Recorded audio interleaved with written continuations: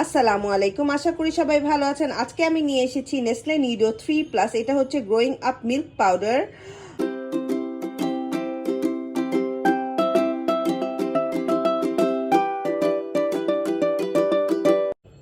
এটা 3 থেকে 5 বছরের বাচ্চার জন্য অ্যাপ্রোপ্রিয়েট এবং প্রথমেই ওরা বলে দিয়েছে মায়ের দুধের বিকল্প নেই।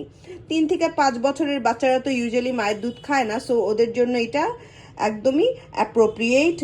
এই প্যাকেটের মধ্যে আছে 350 গ্রাম এবং এই প্যাকেটের মধ্যে সব ধরনের তথ্য দিয়ে দেওয়া হয়েছে। 400 টাকা এই 350 গ্রাম প্যাকেটের দাম, ম্যানুফ্যাকচারিং অ্যান্ড এক্সপায়ারি ডেট দিয়ে দেওয়া হয়েছে এবং এটার ম্যানুফ্যাকচারার হচ্ছে নেসলে বাংলাদেশ।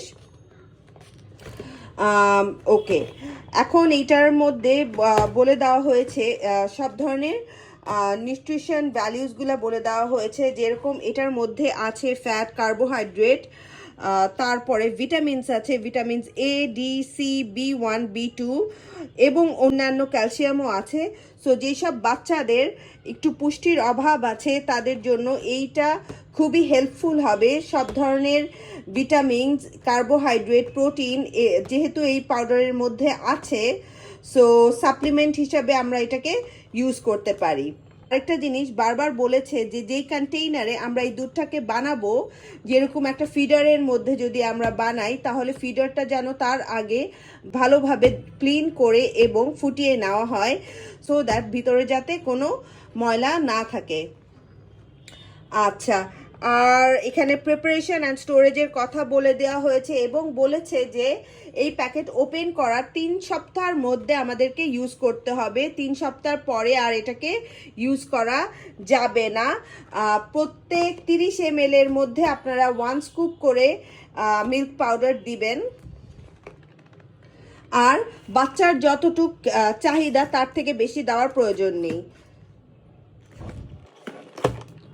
এই যে আমি আপনাদেরকে দেখিয়ে দিচ্ছি যে প্রত্যেক স্কুপের মধ্যে আছে 31.5 গ্রাম, যেটা 7 স্কুপ দেওয়া লাগবে। 200 মিলি দুধ বানানোর জন্য 7 স্কুপ দেওয়া লাগবে। একদম ফুটন্ত গরম পানির মধ্যে বানাবেন না, হালকা উষ্ণ গরম পানির মধ্যে এই দুধটা বানাতে হবে এবং এই প্যাকেট থেকে দুধটা বের করে একটি এয়ারটাইট কন্টেইনারের মধ্যে রাখতে হবে, যেটা হবে একদমই